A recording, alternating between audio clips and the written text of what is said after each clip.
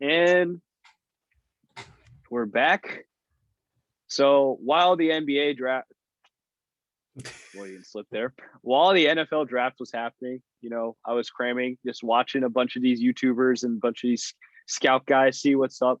So much happened in the NBA. Like, oh my gosh, ridiculous. A ton. There's so much. I don't know. We don't even have a set schedule for how to talk about it. I guess as a homer, I'm gonna start out here. Jason Tatum, 60 points. 60. Yep. My God.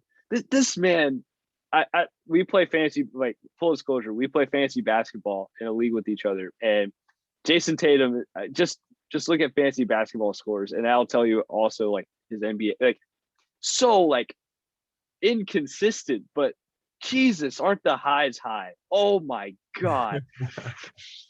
He gets hot at the end of the seasons usually, and this is no other difference. Basically, this end of this season, Tatum's been hot, very hot. He's been doing very well. The crazy thing is that at one point in time, the Spurs had a 32-point lead over the Celtics, and Tatum's poured in points. His 60 brought them back, and they ended up winning that game 143-140. Shows how high scores are also here in the NBA these days, but unbelievable job. Tatum's, if he's on a night, pretty much unstoppable. Guys like just goes, shoots over you or does whatever moves. He's very skilled at all he does. Very, got a lot of things in his toolkit. So he's amazing. And it reminded me, I immediately thought of one thing. 60 points. I thought of when Devin Booker came into the Celtics, came to TD Garden, scored 70. I mean, Celtics won that game. I'll say that. But I mean, like, just like those individual performances, like these guys are just like amazing. Shows the quality of talent as well in the NBA. So it's amazing.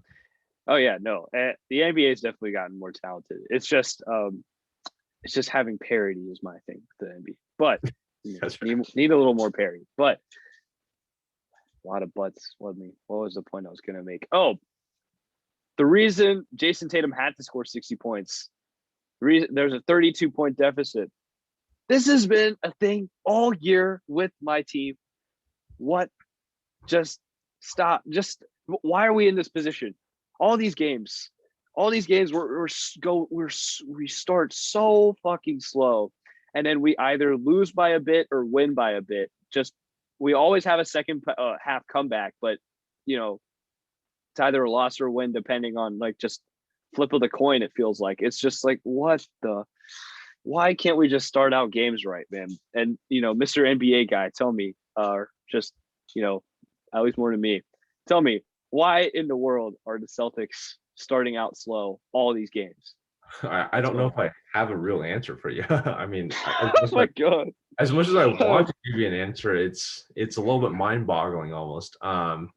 It's like it's great that they're always usually very competitive in all their games, or they do win, but how they have such slow starts, it befuddles me as well. I don't understand why a team as talented individually, I maybe that would be a problem. They're very talented individually, but collectively, how well do they play together? Like tonight, Tatum played extremely well, but that's an individual performance that was amazing.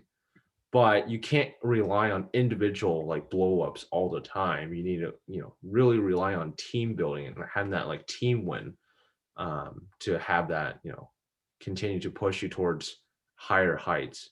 Maybe the Celtics have that problem, but I don't know what to do, really. No, I think you're right. I mean, it's a lot of. I mean, Langford just gets minutes now and just does nothing. Like it's weird.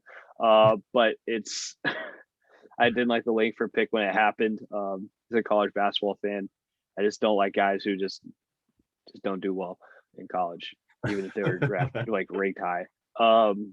Anthony Edwards proved me wrong on that point, but still. or is it? Yeah, but you're right. I think it's just the Celtics don't really necessarily play well as a cohesive.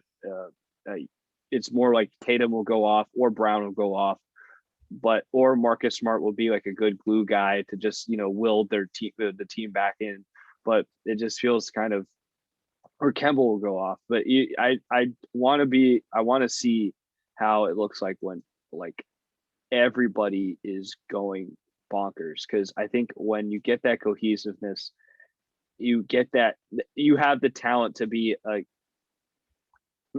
not like as name brand as you think, but like as like a Nets or like as like a Warriors old time deal. I mean, of course, those are historic offenses, but think about the talent. Like if Kemba can do like old school Kemba as he's done at times this year, and Jaylen Brown and we see what Tatum can do. Like Tatum's up there right now.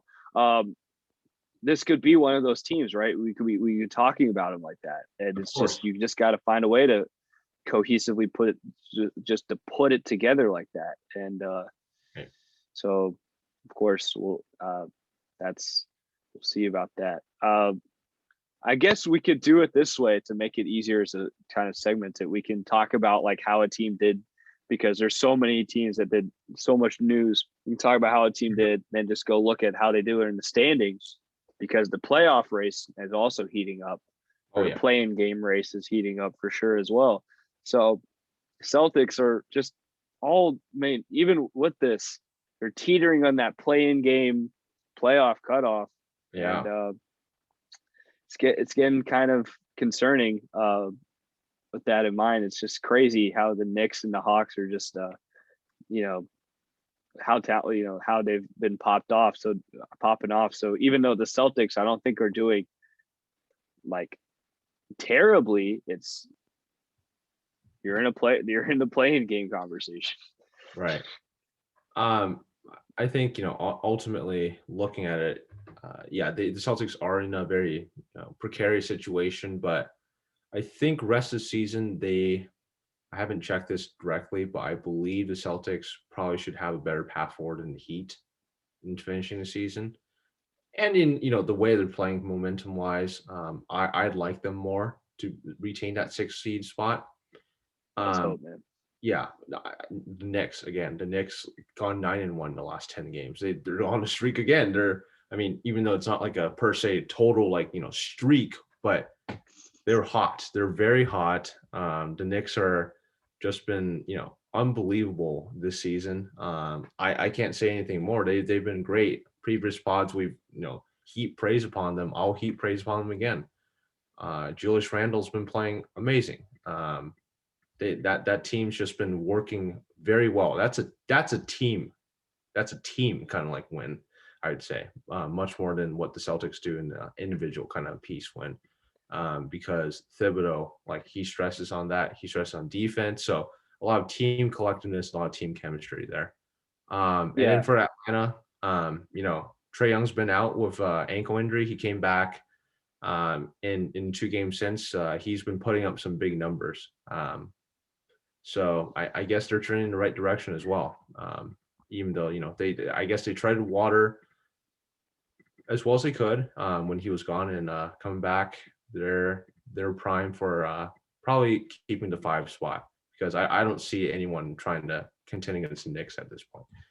The Knicks are just so hot. So I guess if we want to, the Knicks, they're still hot. The fact that Nick Wright, the amount of slander that Nick Wright putting on Julius Randle, if you even dare just put Julius Randle on the MVP if you dare, it's like, my gosh, like what do you think about it? Like, I dare. I mean, sure, I don't think he'll win it. I don't think it's Jokic for sure, but I dare. Damn it, give this man some respect. My God, the way he's the playmaking ability, this 40% from 3, the assist, the playmaking ability, just how that team is being connected through him is just, it's wow. And for a guy that he was great in college, at least that that stretch where they made that I guess, Cinderella run for Kentucky because they were an 8 seed. Yeah. Which I would that counts as Cinderella, even if it does. even if the name says Kentucky. But Julius Randle was great that year, and just seeing he had that injury his first year, and he's coming back here. And I was talking to a friend about this, and I might have mentioned this before, but like it's not unfathomable to think that this man could make like the NBA, like the NBA all NBA like forward spot with how many injuries there's been. Right. You could have Giannis and Randle. I mean, when I think about it, thinking about all the injuries, like who would you put at the second forward spot other than Giannis? I mean, I just think Randle's done so well, and like you can't just the Knicks are fourth, and they're doing this well for a reason, and it's right. it's joy like it's. I think it's like it's. Go ahead. I would say he'd probably make one of the all NBA teams. Maybe not first team, but second or third team, he's definitely in the running there. I mean, as valuable as any player this year. You can't. Well, really... not named Jokic. So let's calm the break. Jokic That's or Curry, right. I feel like. Jokic. I believe Jokic for sure. I think. For me and this podcast, at least, I think we believe that he should beat MVP at this point. I don't see any other reason why he shouldn't be. I'm without sold. Jamal Murray, like the Nuggets have gone 9-1, they're past 10. He's been efficient. That sold it. Really sold it. What else are you going to talk about? Like, how is this man? Like, he's been durable this season. He hasn't missed a game, knock on wood. But I mean, man, like he hasn't done anything that you haven't seen that he hasn't taken away from MVP. Is he just because he's an international player and maybe people don't know him as well? But I mean, come on, that shouldn't disqualify him from the MVP conversation because he's qualified in every single category traditionally that you need to win MVP. So, yeah, and of course. So if you want to do that, you can segue this into how Denver's been doing because. Oh my goodness. Also them, like Michael Porter Jr. just popping off. Yeah. And they I mean, of course their ceiling is capped without Jamal Murray, but my goodness, like this is what cemented it for me that Jokic should be the MVP because they leapfrogged the Clippers in the standings. Like they did. They actually got better in the standings without Murray, which is like what? Oh my goodness. Here's the shakedown. This is crazy. So first of all, shout out to Michael Porter, fellow Washingtonian, went to Nathan Hale High School, just a few miles away from where I went to high school actually. So not too far away. But the Nuggets, they played the Clippers tonight and Nuggets won at the Clippers at Staples. And this was the game that really determined standings, and it was monumental. Why? Because in terms of how standings work, the Clippers in this circumstance, and of course the Mavericks right now are kind of like messing things a little bit up. But say the Lakers go and stay in the 5 seed area, the Clippers would be facing the Lakers in the first round matchup in this scenario, which would be fireworks. As many people would say, you'd probably be best advised to avoid the Lakers as much as possible. So that's why both teams were kind of desperate to kind of keep the 3 seed in terms of the Clippers and then get to the 3 seed in terms of Nuggets. The Nuggets at this point have that advantage because they beat the Clippers on their home court tonight. And it's going to be really interesting to see because if it's going to be Clippers, Lakers, Nuggets, Lakers, it's a lot of implications.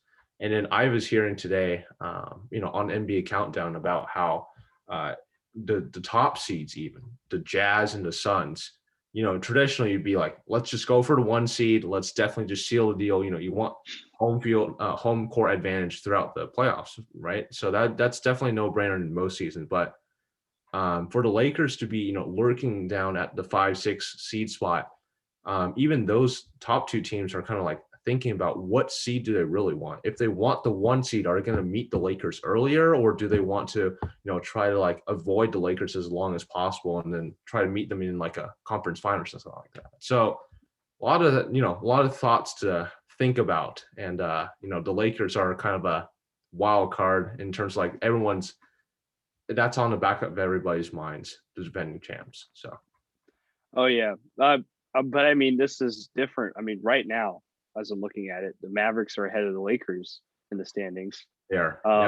We're thinking that, LeBron's back. I guess we'll talk about that too, but in a bit. But LeBron's back. They might, leapfrog them and get back to 5.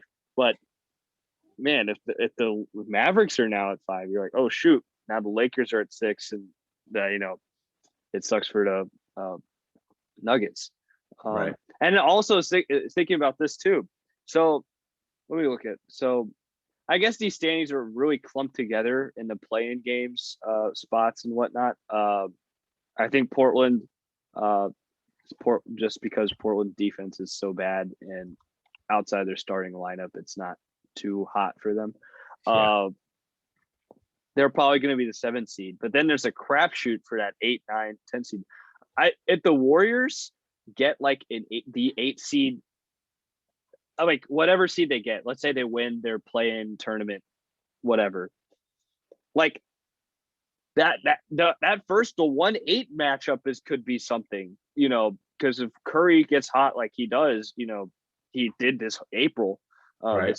that whole month, Utah or Phoenix would have something to be concerned about, just in case, like let's say, the Warriors are up like 2-0 in a series. You're like, oh, whoa. So there's just a lot of intrigue in the West. It's just so much fun. But I think we kind of glossed over this, and I guess we got to talk about this. The King is back. Your Lakers getting some hope. Your free agency team is all working together. Yeah. Let's see how this goes. So, what are your thoughts on LeBron's return, and are you optimistic that this could work out? From what I saw yesterday, I am optimistic. I think LeBron played fairly well yesterday. They lost to the Kings, which was pretty, that was pretty disappointing. You always want to win, especially when there's less than 10 games left in the regular season. And so, but like looking at like how LeBron looked physically, he looked healthy. I think he played relatively well. And when you think about the Lakers as a whole, Anthony Davis was on the court for 4 games, and the Lakers were still just on like a losing slide the entire time. Anthony Davis alone, as good as a player he is individually, will not win you that many playoff games. He's a great, I guess like people say he's a great showman. He's great at, purely scoring, like doing purely statistical kind of means, but actually translating to wins, it's difficult, i.e. look at his time at the Pelicans. Having LeBron, though, that really changed the dynamic of the entire team. And that's why I'm optimistic, because like I saw him as being healthy. So that's the big thing. If he stays healthy, I think LeBron being on the court and being semi quote unquote rested for 20 games because he was, I guess like resting his legs with an ankle injury. That could, be very beneficial for the Lakers down the road. I'm still going to have to see how Andre Drummond meshes with this team. It's going to be really interesting. I think LeBron will make all the players better, but does Andre Drummond really fit like what the Lakers want in this new scheme with LeBron inserted back into lineup? I hope so, but I've heard also people say that they should just move Anthony Davis to 5 and then just take Andre Drummond off the bench or something like that. Honestly, for me, I'd like to see that, Andre Drummond and Anthony Davis play together on the court. I think, another like kind of like Twin Towers kind of scenario, I think that works really well. So, the Lakers just have to, the number one thing is, stop doing the losing streak. You just can't keep losing right now, because if you keep bleeding, like, Portland's breathing down your neck, literally. And then Dallas Mavericks right now, I guess as of unofficially, they are ahead of the Lakers in the 5 seed. So, not good. Not good. Yeah, I guess I got nothing more to say there. Here's the thing from following football, knowing this is a high ankle sprain, right? Yes. For yes. LeBron. Like, so he healed relatively quickly then in that case, It from a was high just ankle sprain. around the 4-week timeline. Yeah. Yeah, well, the 4-week timeline was like for a superhuman like Saquon, but then like it takes so many of these other running backs and wide receivers so much longer to heal from that and the play. I guess it's also no offense to basketball, like football is a much more taxing sport, Yeah. but it's so that might be it too. But yeah, I guess if LeBron's healthy, then I mean, what's to stop them, man? They're the best team. I feel like. Well, we'll see about the Nets, but I think they're the best team with that, in mind. Of course. Yeah. But yeah, that would be, having a Clippers Lakers first round matchup. Oh my gosh. That's like sports debate fireworks. That's like, all these all these sports talk shows, that's like that's the must watch TV. Like that's that series. Just thinking about Kawhi came here, oh my, battled LA. Kawhi came to the Clippers just to prove that he could be a LeBron type guy. Like there's, if the Clippers get swept, like, that's not gonna happen, I don't think. But no, but let's say they get swept or it's like 4-1. Let's say 4-1. I could see, let's say 4-1 happens. Like, oh my, in the first round, and then, man, that that next day you're gonna those Stephen A rants and those those Shannon Sharp hype ups, and oh my gosh, it's gonna go crazy. It's gonna go if that happens. But that's the thing. I'll tell you this: the first time I got onto the Bill Simmons podcast itself was when the Clippers lost to the Nuggets and that fashion. Like, I had to just check out his live stream. I just wanted to see what anyone had to say about it or anything. I already followed the Ringer like with their NFL stuff, but then I got hooked to like their basketball stuff after that because I was just glued to the Clippers losing, right? And if that happens again, like, oh my gosh, like, right. Ooh, just a giddy. Yeah. I shouldn't be. I want the Clippers to beat the Lakers. I mean, sorry, because I just don't like the Lakers. That's just like you probably don't like the Celtics. So it's all good. It's how we do it here. But that would be, even if the Lakers lose, that would be so many fun talking points. Yeah. Is Kawhi the best in the world now, or like some bullshit like that? Yeah, I'd say, like the Clippers. Of course, I don't like the Clippers. They're our main rival for sure. But you always have to respect them. I think like a sweep or a gentleman sweep. I don't see that happening. I think any series between these two teams is going to be a tight one for sure. Even then, is must watch TV. Like, oh my goodness. yeah. It's just like when I think about it, for me personally, I really think that these two teams are going to meet each other regardless in the playoffs. It's just that as a Lakers fan, would I rather see them meet in the first round or say in the conference final? And the answer is I don't know. I might actually be leaning towards the first round. Why? Because I think Kawhi isn't 100% right now, which is like a big deal. He was out for like a week and a half with it was said left foot soreness, but it might be something more. So for him to be, not 100% there heading into the postseason, that might be some kind of like concern. Ultimately, I think they're just keeping him like maintenance and make sure he doesn't get too much run before the playoffs. But if it is actually something legitimate, watch out, because I mean, round one with the Lakers, you got to be all hands on deck when you play the Lakers, as when you play the Clippers as well. But I mean, if you play the Lakers, you got to be, all out, full firepower for sure. So that's gonna be fun. But also the Mavericks, man, Luka, I just saw he had 20 assists tonight. Like Jesus Christ, Luka too good. I actually genuinely don't know. Is Kristaps back or is he still injured? I believe he's still injured. Yeah, Kristaps. Yeah. Yeah, it's been Kristaps is yeah, he's injured. He's been a very talented player for many seasons ever since the Knicks drafted him at 3, but his injuries, it's been so frequent, and you wonder how much his value has dropped since then, just because of how much injuries he's gotten. So it's been tough, but It's ridiculous how many injuries this man gets. But yeah, but I guess that's the end of the Mavericks talking point. It's like Luka, and then just see how the supporting cast work, and just hope Kristaps is healthy. basically. But man, Luka's been going on a tear. My gosh, the NBA, the amount of star power, the amount of talent is so good. It is quite good. Yeah, I'll have to admit. Speaking of good news, more star power. LaMelo Ball came back, for the Hornets, and All right, nice segue there. that's yeah.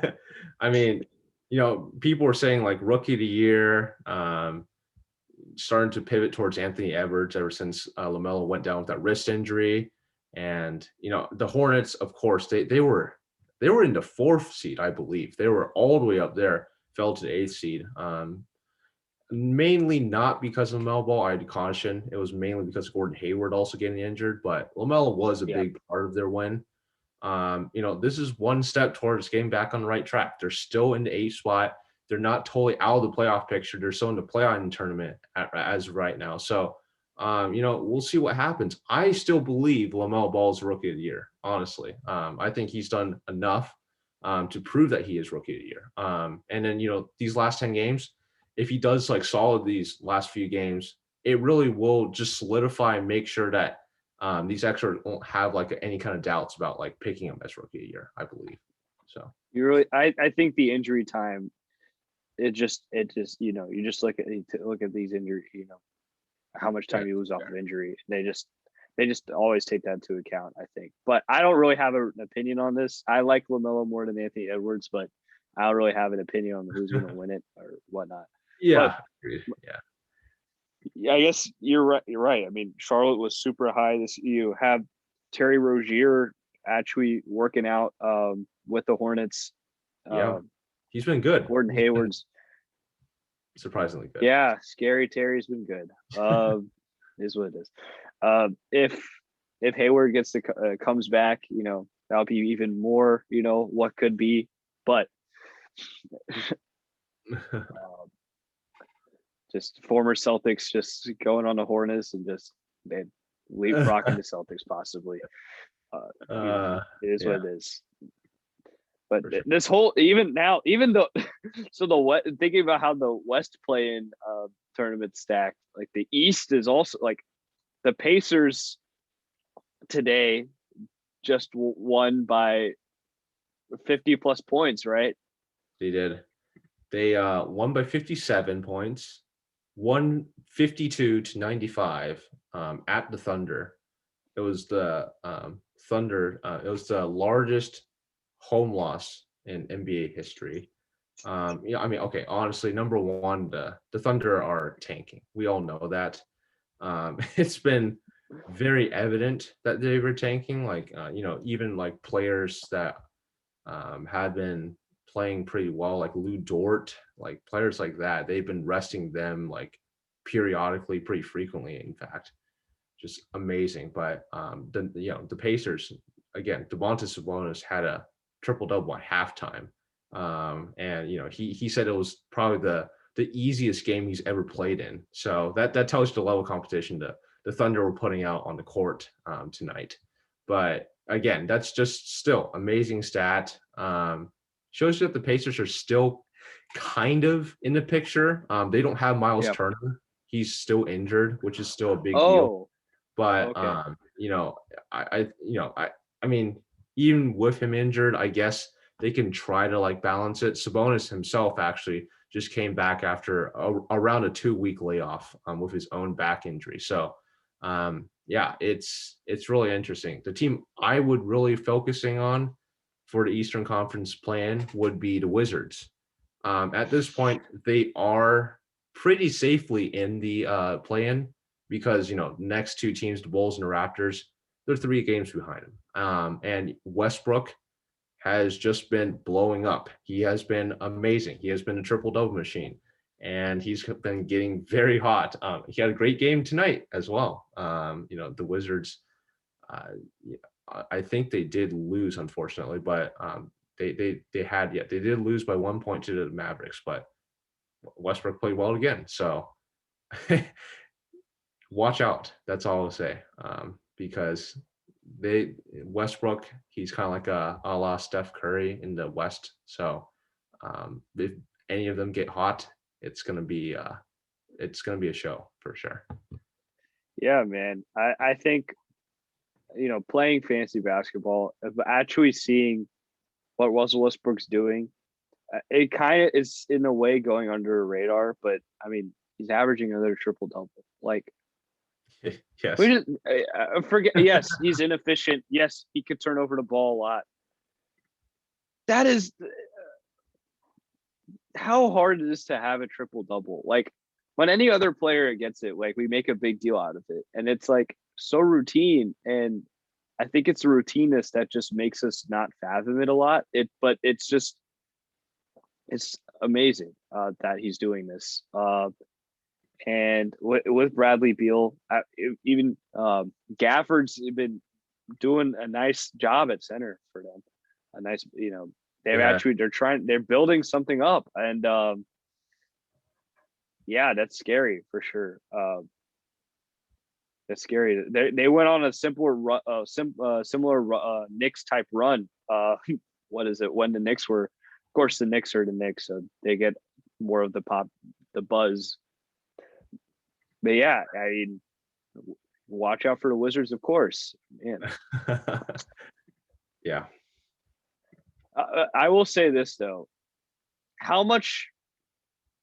The Wizards are still the 10 seed, so I guess we should. I mean, we're not hyping them up to be like these other. What's it called? These the Nets or the Sixers, but we're not even hyping them out to be like better Thunder teams that Westbrook was on with, like Durant, let's say. Right. But do you see this as like similar to like those OKC teams that like they tried to put Westbrook with Paul George, or they tried to put Westbrook with somebody else? It didn't work the way it was supposed to, like when it comes postseason time. Do you see this happening postseason in a similar way, or do you think this is legit and it could go somewhat far? I don't know how far they'll go, because I think as well as they are playing, I don't see them, making it, for example, into like a 6 seed or something like that. First of all, those teams above them would have to come down, which I don't envision seeing. And number 2, they'd have to jump a good amount of games, 5 games. Oh, I see. They're 5 games behind. 5 games is a pretty large gap with less than 10 games to play in the season, I believe. So so basically that's something that I would find insurmountable. So then they'd have to play either probably the Nets or the Sixers. In both scenarios, I don't see them winning. Could they make the series entertaining? Sure. The Wizards have made previous series entertaining before. Notable one I remember was Wizards versus Celtics a few years back. I think that one went 7 games, if I'm right. That was an entertaining series. But the Celtics ended up winning that series.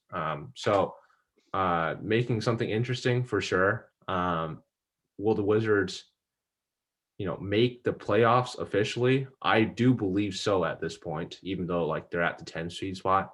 Will they? I mean, because Zach LaVine's out, right? He is, yeah. Health and safety. Yeah, so, yeah. Will they go deep in the playoffs? I don't think so. So that's my opinion. I guess it's just because they'd end up playing Brooklyn or the Sixers. I realized that. I didn't realize that they were that far back in the standings. I guess, but would you say this Wizards team is better than the OKC Paul George, Carmelo, Westbrook team that like lost to, let's say they lost to the Blazers that year in the first round. But then like before that, I think without Paul George, they lost to the Rockets, right? Russell's MVP season. I believe so. Yeah. So like, is this team better than those teams? I would say on paper, probably not actually. I think, Paul George could be okay. Actually, Paul George and Bradley Beal, they're pretty close comps. You could split them either way. They're both like pretty similar players actually.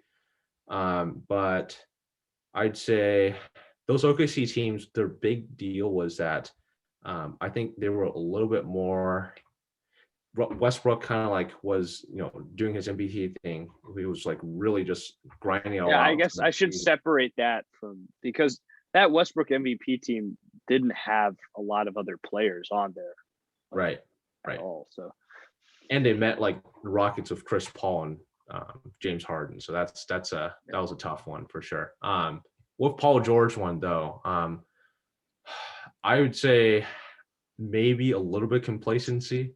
I don't like to say that, but there was a little bit, especially when you think about like, I don't like to hate on Paul George, but Paul George first year with Kawhi on the Clippers, there was complacency there. And, you saw what happened with the Clippers. There was a little bit of that with the Thunder as well, I thought, because, I think the Blazers kind of quote unquote shocked them by winning that series. So, yeah, that's what happened. I think this team, if stacked up against that team on the court, this team would perform better. But on paper, that team is probably a little bit better, I'd say. Okay. Yeah. Well, what on the court matters more than on paper. Yeah, for sure. All right. So I guess I'm going through the standings. What more? So we talked about the Nuggets, rise, with Michael Porter Jr. coming off, like, oh my goodness. And then I guess we got to talk about, so the Warriors, man, Curry still doing his thing. My goodness. The more and more I see these headlines about, these Warriors games, the more and more I'm just so saddened that Klay Thompson wasn't, playing, oh my goodness. It's just one of those tragedies, like not well, it is a tragedy. I guess it is in a way a tragedy for like to incur a devastating injury the way Klay Thompson did. Like, we have to put the human aspect in this. But it's just also just from a fan's perspective, you're just like, man, my gosh, like this West would be even more stacked. Like, it would be ridiculous, absolutely ridiculous with Klay Thompson on that team. I think when Klay comes back, he'll, let everyone know how good of a player he is and how much people underappreciate him. I think you and I both, like, we give him a lot of props, but people in the general audience don't give him enough credit. He always flies under the radar in terms of what he does. Always gets the toughest defensive assignments for the other team. A very reliable source of points, of rebounds, assists. I would say, he's on nights that Steph might not be, hot, or on nights that he himself is just hot, he can be a primary scorer. So Klay is a guy that if he was on this team, it'd just be crazy. It'd be amazing. I think, they would be top 6 in the West, I believe. Especially the way that Draymond Green is developed into this super great assist man, like facilitator. Yes, his defensive chops, like, he's gotten a little older. His defensive chops might not be the same. It's still, I guess, decent, but the way he's being a passer, and just facilitating ball movement, like that's great. And then I guess you just have to, if Wiseman were able to develop, further into like a true rim protector and great center, like, my gosh, this team. Oh my God. Yeah. Injuries, it's been tough for the Warriors few years, and so it's been too bad. Because you see Curry go off against the Rockets, today, and he just like this whole. I mean, I guess today is May, we're recording this, but that whole month of April, just my gosh, Curry's April, it was it was record breaking. It was amazing. So it is, yeah. Yeah. So I guess what else is there to talk about? I guess well, the Jazz and Suns, they're going back and forth. They've been going back and forth, it feels like, for a bit now. They have. They played last night. Suns won by 21, actually. It was what? Whoa, what? Yeah. Jazz versus Suns. Suns won 121-100 at Phoenix. So what a lot of standings right now, if a lot of us look on ESPN to look at NBA standings, these are currently just kind of like I'd say like current standings frozen in time. However, that like different NBA teams have different games left, how many games they have left in the season. So Utah has played more games than Phoenix. So Phoenix has more games left in Utah, and Utah's half a game up. So that means that if they finish, I think if Phoenix finish out its games and I guess like goes 500 and Utah does 500, I think if I'm right, Phoenix would actually be above Utah. It's just because they played less games. So that's basically what the standings are saying. They're saying that Utah has played more games. They have a higher win-to-loss ratio. So that's why that puts them above as the 1 seed. So Phoenix is technically, I guess, by technicality at the end of the season, would be the 1 seed at this point, which is like, that's big implications again. If you're looking at playoff races, home court advantage, especially for Utah, actually. I think for Utah, it's very important they have a home court advantage because elevation, if they have like fans, they were getting fans into their arenas now. And just like physical travel from like places all over the country for these even like Western Conference teams, Utah is a little bit more travel for some teams. And so that's an advantage for them. But for them to lose it to the Suns now, that could be something that could be tough. But then again, they might be jockeying because the Lakers are right there in the 5th, 6th spot, something like that. But we'll have to see. Yeah. It's interesting. Yeah. That's I'm trying to think of what to say. Well, I guess they're still without, Donovan Mitchell. They aren't. Right? Yeah, that's correct. So it's kind of, I guess, the fall. I would expect Phoenix then to overtake them. When do we think Donovan Mitchell's coming back? I've heard that Donovan's going to be out for another week, but basically the last week before the season ends, he's going to be back in the lineup just for a little bit of tune-up, just to get him some run before the season ends. So they're not rushing him back. Like I don't want to say this, but I feel like LeBron could be a little bit more of a rush timeline compared to what Donovan Mitchell has, because Donovan's more like, we're going to rest you till you're 110%, but LeBron's like, we'll rest you till you're like 95 or 100%, something like that. So, yeah, because they need LeBron. They can't slide into the play-in games. Correct. So. All right, man. What else do you want to talk about NBA-wise, man? The floor is yours. Well, that's all I can think of. Yeah, I think one last thing. I don't have too much more, but in terms of teams that aren't making the playoffs this year, but still had some bright spots, we had Kevin Porter Jr. Yep. A few days ago. Also, shout out to Kevin Porter Jr. Went to Rainier Beach High School, which is also about 20 miles away from where I live. He dropped 50 points on 2 nights ago.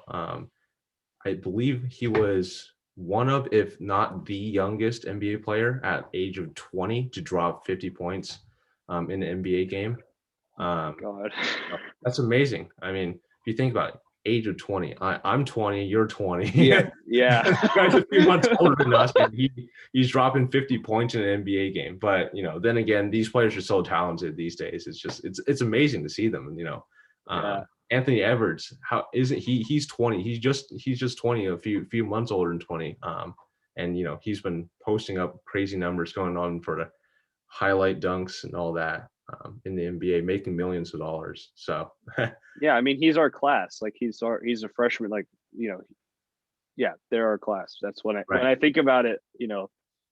We're gonna be most associated with that draft class. That draft, because those are the one and dones. Like those are the ones that, like, when we were freshmen, they were freshmen. So right. Yeah. I have a question for you now. Yeah. Why is Houston this bad? Well, okay. But you have you have John Wall, you have Porter, you have Porter Jr. Looks like this guy can pop off. Sure. Jayshawn Tate's been doing quite well. You have Christian Wood, which you can sing the praises of Christian Wood. You have all this talent. What's going on? Okay, I'll say two things. I'll just limit it to two. Injuries, James Harden. I'll go injuries first. So Christian Wood, so he's been playing well as late, but he was injured with an ankle injury for, I think, a better part of 2-3 months. So he was out during the middle of the season for a very long time. John Wall. My bad. John Wall was he's been injured for in and out of the lineup. In fact, he was shut down for the rest of the season. So I think he was shut down about half a week ago. So Kevin Porter, that's why he's been getting some run, getting that 50-pointer, because he was getting an enormous amount of minutes. If you saw the starters, they've been playing like 38, 40 minutes nightly, basically. So like Deshaun Tate, guy's been healthy most of the season. He's a relatively young player. They've been playing him 40 minutes basically every single game. So yeah, those guys are getting run. Of course, they're going to accumulate stats because they're the Rockets. If they fall behind in a game, it's going to be garbage time. They still need players to play out there. So, I mean, they're developing young players, so they'll just throw their guys to go out there and accumulate garbage time stats. So that's why sometimes they look a little bit better than it perceives, but it's because of garbage time. Second, James Harden. As much as you could say, I think James Harden's actually a very valuable player. You've seen what he did, at the Nets, even like in times that Katie was out with his hamstring, and you had Kyrie going in and out of the lineup. But James Harden was that centralizing factor that really helped them, push, keep in contention for 1 seed, stay afloat, really like improve team chemistry, I would say. And with him out now in the Nets, it's hard to see because they have so many stars to kind of cover that up. But him leaving Houston was a huge swap because, they traded away Chris Paul a few seasons ago. Westbrook now left for the Wizards. So, Harden, in addition to him leaving, it was just like a lot of vacuums of a lot of spots being gone by former stars. And him in particular, because he's like that central assist guy. He's a guy who kind of facilitates the offense. He runs the entire system. It just becomes difficult for any NBA team to lose a star of that caliber, especially one that really like controls and flows the offense. So it's like losing almost like, LeBron light. I don't like to classify anyone like that, but it's like, that amount of value to bring to a team. It's like night and day in some ways. So. I mean, yeah, the man was, and like, the way he forced himself out of Houston might be the reason he wasn't really considered in the MVP debate. Yeah. But I mean, otherwise he would be considered in the MVP discussion this year. Right. I completely forgot about that Christian Wood injury, man. That I think also like Future explains it. Like I just completely forgot about it. I was just like, see Christian Wood play now. I'm like, what? Right. Yeah, that's right. It's like the same way the Timberwolves. It's like, how are they so bad? Oh, Cat was out for ages. Cat was out. Well, yeah. And the Timberwolves are just like a perplexing, never-ending, cycle of lottery. Always losing. I don't understand, but I think it's too bad to see Cat's prime be wasted, but I think, if they don't build a team pretty soon, my bet is that Cat would probably want to play for a team that, you can actually have contention to win a championship in the next few years. But Or I mean, what's left on Cat's contract? I don't know his contract, but do you happen to know? Like, I think he has a few more years. Like, I think one of the things that I heard was that I think he did. Let me see. I believe I don't want to get this wrong.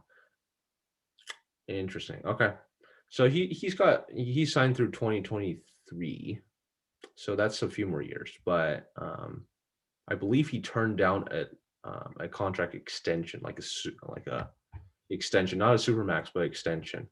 So we'll see what happens. yeah, I could see either 1 year left demanding a trade or 2 years left demanding a trade, or just being one of those big ticket, free agents. Yeah, for sure. All right, so we got the Porter Jr. out there. Man, there was so much that happened. It was crazy. I was focused on NFL draft, and it's like, I look up and it's like, oh my gosh, there's so much is happening. I didn't even know that the Jazz and Suns played the other day. And look up and I found the Clippers and Nuggets played today, man. But gonna get back in that NBA grind. It's gonna be fun. It's gonna be fun run up to the play-in games and the playoffs, man. I never actually asked you this. Like, what's your opinion on the play-in games? Do you like that this new having these play-in games? Personally, I think I like them. Like, Okay. It's a really hard decision to say. I think like sometimes you could say playing games puts less emphasis on, really trying in the regular season. But what I like about it is that you have, first of all, a little bit more excitement toward the end of the season. You see more teams have a chance to go into the playoffs. And like, I think the playing game really like solidifies where the hottest teams actually get to like, play in the playoffs. So that's something that I feel like provides a better viewing platform also, once you get into the official playoffs, because you're playing against like the teams that have the most momentum and the teams that are actually like really good. So that's why I believe are the benefits for a playing tournament. Yeah, I agree too, man. I am a fan of it as a fan for sure. I can see what the concerns are if you're a player. This whole season's been kind of hectic, and they've had to play back to backs, so many, and there's a lot of player safety concerns for sure. We've seen the Jamal Murray injury and so many of these stars getting injured. Regardless of if the commissioner says injury rate hasn't gone down, I mean, you can just see just the product itself, like how many players are going down, like star players.